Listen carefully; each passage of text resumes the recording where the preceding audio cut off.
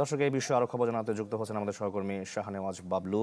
বাবলু, তারেক রহমান ঠিক কখন এসে পৌঁছবেন? নেতাকর্মীদের উচ্ছ্বাস, সাধারণ মানুষের উচ্ছ্বাস কেমন দেখছেন? সবকিছু মিলিয়ে জানাবেন। যাওয়ার আগে শহীদ সালাউদ্দিন কাদের চৌধুরীর স্লোগান আপনাদের সামনে দিয়ে যাচ্ছি। চেয়ারম্যান নির্ধারিত দলের যে শিডিউল ছিল 11:30 আসার কথা ছিল, কিন্তু এখন 12টা বাজে।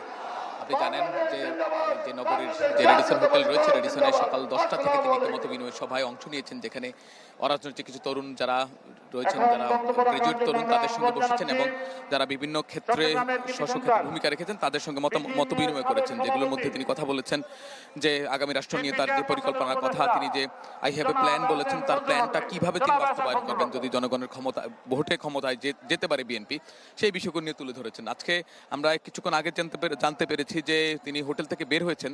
হোটেল থেকে এখানে দূরত্ব প্রায় বলা যায় 3 কিলোমিটার, কিন্তু রাস্তার যে পরিস্থিতি, চারদিকে নেতাকর্মীদের অবস্থান, তার ডিঙিয়ে তার যে বাস, লাল সবুজের যে বাসটি এখানে আসতে হয়তো কিছুটা সময় লাগবে। আমরা এর আগেও সিলেট সফরেও দেখেছি তার এক জায়গা থেকে আরেকটা জায়গায় যেতে তার যে নির্ধারিত সময়ের বেশি সময় লেগেছে।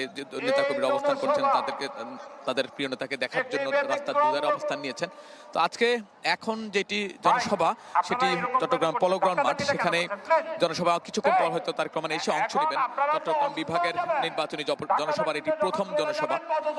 এরপরে তিনি ফেনীতে যাবেন, ফেনী পাইলট স্কুল মাঠ, যেখানে তার মা বেগম খালেদা জিয়া ফেনী থেকে বারবার জাতীয় সংসদ নির্বাচন করেছিলেন এবং নির্বাচনে বিজয়ী হয়েছিলেন। সেই ফেনীতে যাবেন তিনি এবং ফেনীতে পাইলট স্কুল মাঠ যেটি রয়েছে সেখানে জনসভায় বক্তব্য রাখবেন। সেখানে ফেনী ছাড়াও ফেনীর আশপাশের জেলা লক্ষ্মীপুর, নোয়াখালীর নেতৃবৃন্দ এবং যারা আগামী নির্বাচনে ধানের শীষের পক্ষে নির্বাচন করছেন তারাও সেখানে অংশ নেবেন। এছাড়া কুমিল্লার 3টি জনসভায় অংশ নেবেন। শুরুতেই 14 গ্রাম, পরে সদর দক্ষিণের ফুলতলি মাঠ এবং শেষে দাউদকান্দিতে তিনি জনসভায় বক্তব্য রাখবেন। পরে নারায়ণগঞ্জের কাঠপুরে তার বক্তব্য রাখার কথা রয়েছে।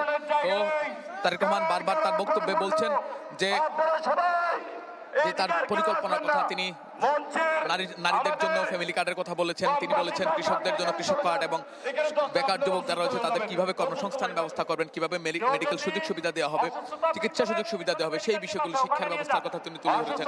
অর্থাৎ আগামী নির্বাচনে দলের পক্ষ থেকে যেগুলো ইশতেহারে ঘোষণা করা হবে সেগুলো অগ্রিমভাবে আগামী তিনি জানান দিচ্ছেন। জনগণের কাছে তার প্রার্থীদের কেন বিজয়ী করতে হবে, প্রার্থীদের কেন ভোট দিবে জনগণ, সেই বিষয়গুলো তিনি তাদের সামনে তুলে ধরছেন এবং ধানের শীষের পক্ষে ভোট চাইছেন। বিগত যেই 7টি আমরা যে সিলেট বিভাগের যেই জনসভাগুলো হয়েছিল সেখানে আমরা দেখতে পেয়েছি 7টি জনসভা তিনি প্রায় একই বক্তব্য রেখেছিলেন।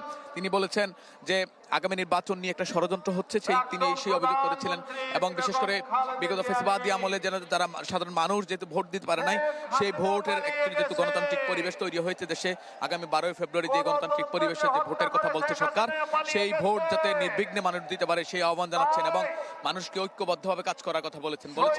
একটি ফেসিবাদী শক্তি এখন পর্যন্ত দেশ নিয়ে নানা ষড়যন্ত্র করছে এবং দেশের অভ্যন্তরে একটি রাজনৈতিক দলকেও তিনি অভিযোগ করেছেন। যদিও দিন শেষে তিনি বলেছেন যে ছাত্র জনতার অভ্যুত্থানের ফলে দেশ দ্বিতীয়বারের মতো দেশের মানুষ স্বাধীনতা, সার্বভৌমত্বের স্বাদ ভোগ করতে পারছে, সেই স্বপ্ন যাতে ভুলুণ্ঠিত না হয়, দেশের সাধারণ মানুষের, ছাত্র জনতার রক্ত যাতে বৃথা না যায়, সেই যেই দেশ গড়ার জন্য তারা স্বপ্ন দেখেছেন, সেই গণতান্ত্রিক বাংলাদেশ, তারা যাতে সেই গণতান্ত্রিক বাংলাদেশ যাতে যাতে গঠন করতে পারেন, সেই জন্য দেশবাসী তথা সাধারণ মানুষের সহযোগিতা চেয়েছেন। তিনি নেতাকর্মীদের ধৈর্য ধরার আহ্বান জানিয়েছেন এবং নেতাকর্মীদের বলেছেন যে তাদের যে আগামীর কর্মকাণ্ড সেটি ধৈর্যের সাথে মোকাবেলা করতে এবং সাধারণ ভোটারদের কাছে যেতে। আজকের যে জনসভা সেটি বলা যায় প্রায় 21 বছর পর, প্রায় 2 দশকের বেশি সময় পর তারেক রহমান এই বৃহত্তর চট্টগ্রামে আসছেন। তিনি সবশেষে এসেছিলেন 2005 সালে, তিনি যখন দলের সিনিয়র যুগ্ম মহাসচিব ছিলেন। তখন এই চট্টগ্রাম সিটি কর্পোরেশন যে মেয়র নির্বাচন ছিল, তৎকালীন মেয়র নির্বাচন করেছিলেন নাসির উদ্দিন, সাবেক মন্ত্রী, যিনি হাটাজারি থেকে নির্বাচন করেছিলেন, পরবর্তীতে সংসদ সদস্য নির্বাচন করেছিলেন। তার যে মেয়র নির্বাচনের যে প্রচারণা সেখানে অংশ নিতে তিনি এসেছিলেন এবং বলা যায় প্রায় 12 বছর আগে, অর্থাৎ 2012 সালে বেগম খালেদা জিয়া এই পলো গ্রাউন্ড মাঠে নির্বাচনী জনসভায় বক্তব্য রেখেছিলেন। এখন প্রায় 14 বছর পর বিএনপির চেয়ারম্যান তারেক রহমান এই পলো গ্রাউন্ড মাঠে বক্তব্য রাখবেন। তো নেতাকর্মীরা অধীর আগ্রহ অপেক্ষা করছেন তাদের কি নির্দেশনা দেন এবং এই দেশের যে চলমান পরিস্থিতি এবং আগামী নির্বাচন নিয়ে নেতাকর্মীরা বলছেন দলীয় প্রধানের এই বক্তব্যের মধ্য দিয়ে তারা যে নির্দেশনা দেবেন সেই নির্দেশনা অনুযায়ী আগামীতে তাদের কর্মকাণ্ড পরিচালনা করবেন।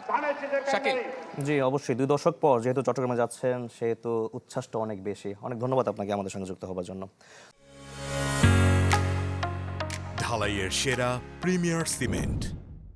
শাকিল, আসলে বিকেল 4টায় ফেনী সরকারি যে কলেজ মাঠ সেখানে তারেক রহমান আসবেন এবং সেখানে তিনি বিএনপির পক্ষ থেকে যে সমস্ত প্রার্থী ফেনী আসনগুলোতে রয়েছে, মোট 3টি আসন ফেনীতে, সেই প্রার্থীদেরকে তিনি পরিচয় করিয়ে দেবেন। আনুষ্ঠানিকভাবে বিএনপির পক্ষ থেকে তিনি ভোট প্রার্থনা করবেন।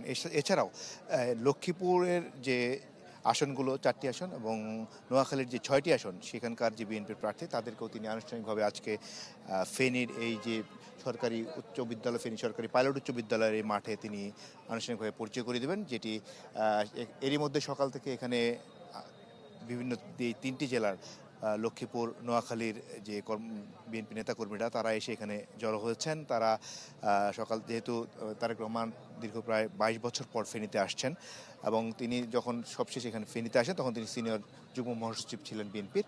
এখন যেহেতু তিনি পার্টির চেয়ারম্যান এবং ফেনী আসন ঘিরে বিএনপির কিন্তু, কারণ ফেনী 1 আসনে খালেদা জিয়া নির্বাচন করতেন, যেহেতু তিনি এবার নেই, বিএনপি নির্বাচনে আছে, কাজে এই যে এইখানে তারেক রহমানের এটি একটি আবেগের জায়গাও বলা যেতে পারে, যেখানে আনুষ্ঠানিকভাবে তিনি বিএনপির পক্ষ থেকে তার প্রার্থীদেরকে পরিচয় করিয়ে দিয়ে তিনি ভোট প্রার্থনা করবেন।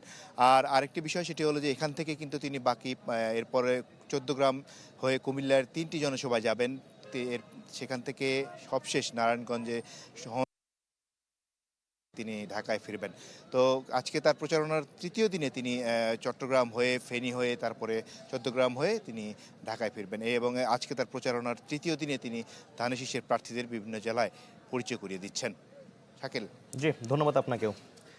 দর্শক, ফেনী থেকে যুক্ত হয়েছিলেন মাসুদুর রহমান।